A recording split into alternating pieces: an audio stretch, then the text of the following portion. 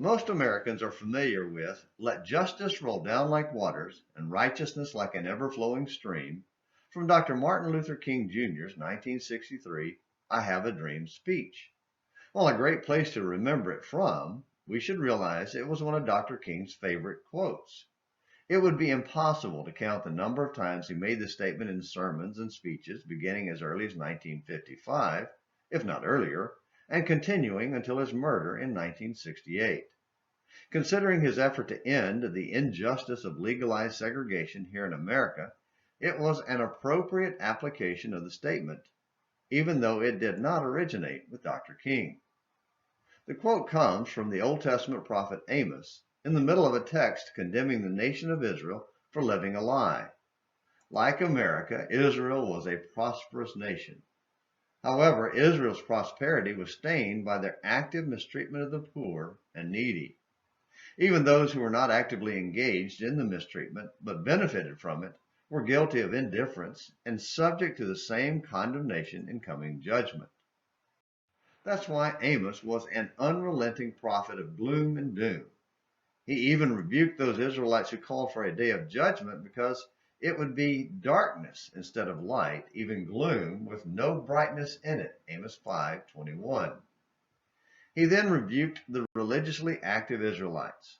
Like America, they were busily worshiping God with their festivals, assemblies, and sacrifices, but their religion was hollow. No amount of worship could hide the reality of their disdain for God, which is why God said things like, "I hate," and "I reject," and "I do not delight," and "I will not accept" their religious services, Amos 5 verses 21 through 23.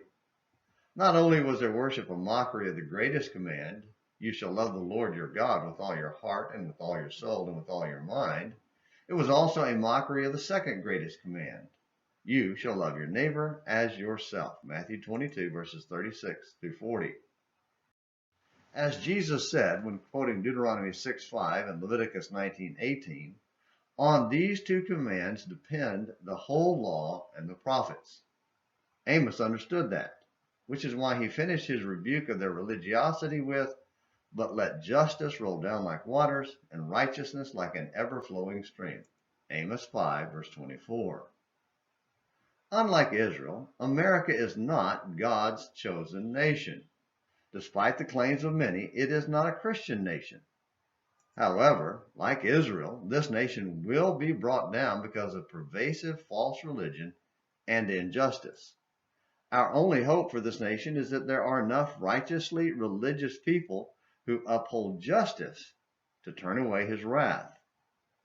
But that requires practicing the two greatest commands. And that's a do or do not choice. Which is it for you? Thank you for watching Morning Minutes in the Bible and An American Missionary.